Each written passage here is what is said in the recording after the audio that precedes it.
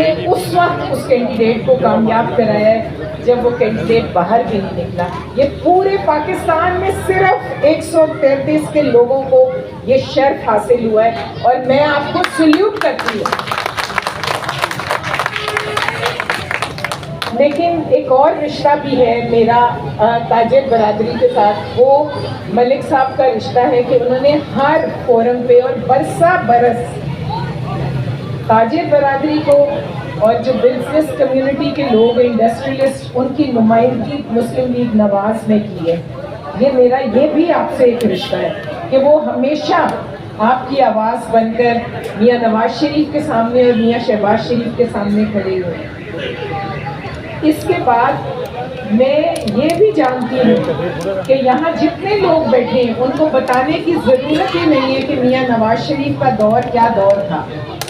آپ کو مختلف سب میرے بھائیوں نے آ کے بتایا کہ انہوں نے یہ کیا وہ کیا. اگر ان کے کام شروع ہوں تو میرا خیال اگر کاموں کو نکال دو تو پاکستان میں ترقی ہونی ہی نہیں تھی. انہوں نے بجلی کا وعدہ کیا تھا, انہوں نے دہشت گردی کو ختم کرنے کا وعدہ کیا تھا, انہوں نے یہاں پہ انفراسٹرکچر, بجلی, برجز, ہسپتال کیا. اور سب سے زیادہ روز میں جب گزر کے آتی ہوں میٹرو بس میرے ساتھ وہ چل رہی ہوتی ہے, وہ کچا کچ بھری ہوتی ہے.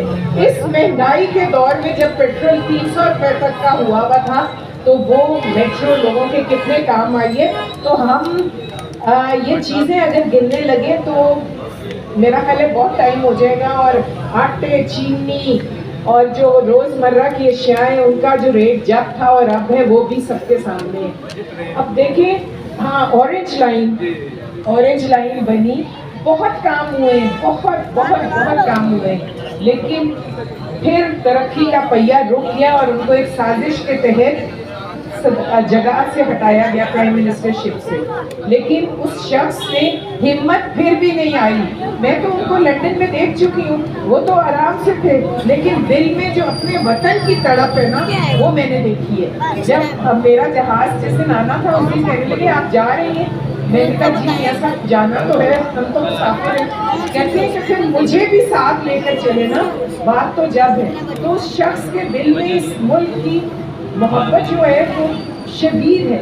اور ویسے بھی ان کی باپ, ان کی ماں, ان کی بیوی اسی مٹی میں دفن ہے. وہ اسی مٹی سے پیار کرتے ہیں اور اسی مٹی کے وہ بیٹے ہیں. میری آپ لوگوں سے صرف, سب نے پیار کر دیا, یہ میں آپ سے صرف یہ کہتی ہوں کہ ہماری وفا کا امتحان ہے.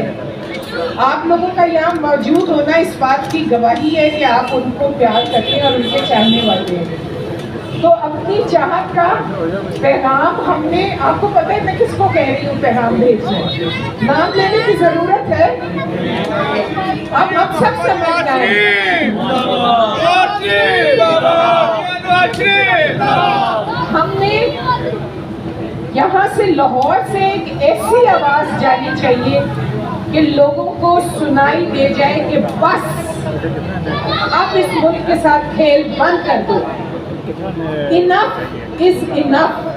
بس اب ہم اس ملک کی تقدیر کے ساتھ کھیلنے کی اجازت یہاں کے عوام نہیں دیں گے. اور خاص طور پہ لاہور جو ان کا قلعہ, ان کا گڑھ, ان کا گھر ہے, یہاں سے ایک پیغام جانا چاہیے. اور وہ پیغام جبھی جائے گا جب یہاں کے میزبان, جو 21 اکتوبر کے میزبان لاہوری ہیں. اور میں آپ کو یہ بھی بتا دوں کہ لاہور سے سیاست کا رخ بدلتا ہے یا رخ چلتا ہے یا متعین ہوتا ہے. آپ فیصلہ کرتے ہیں لاہوری کہ سیاست میں کس رخ چلنا ہے. تو لاہور کو فیصلہ کرنا ہے 21 اکتوبر کو کہ پاکستان کی سیاست اب میاں نواز شریف کے بغیر نامکمل ہے. وہ پاکستان کا معمار ہے اور انشاءاللہ وہ اس ملک کو ترقی کی راہ پر پھر سے گامزن کرے گا.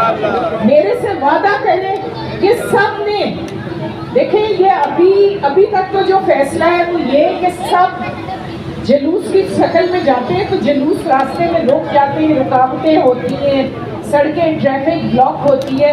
فیصلہ یہ ہو رہا ہے کہ ہر شخص